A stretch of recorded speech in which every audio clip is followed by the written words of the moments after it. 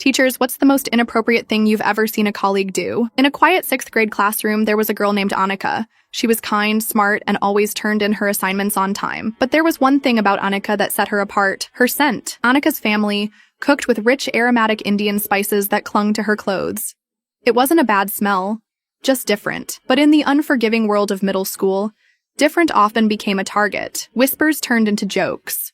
Jokes turned into teasing. Some kids even exaggerated their reactions, dramatically waving their hands in front of their noses when she walked by. It hurt, but Annika never let it show. One day, her teacher, Ms. Carter, decided to intervene. She had a habit of pulling students into the hallway for private conversations, sometimes about bullying, sometimes about being bullied. When she called Annika outside, the class assumed it was to offer her support, but what happened next left them stunned. Ms. Carter returned to the room and in front of everyone casually announced, "I just had a talk with Annika. I explained to her that maybe her family could eat more traditional Indian foods on the weekend and more American foods during the week.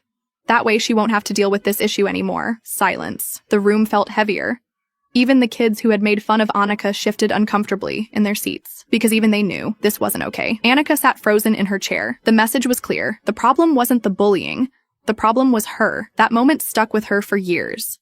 Not just the words, but the fact that it came from an adult who was supposed to protect her, someone who could have educated the class about diversity, about respect. Instead, she placed the burden on a child to change who she was. And that's the kind of lesson you never forget.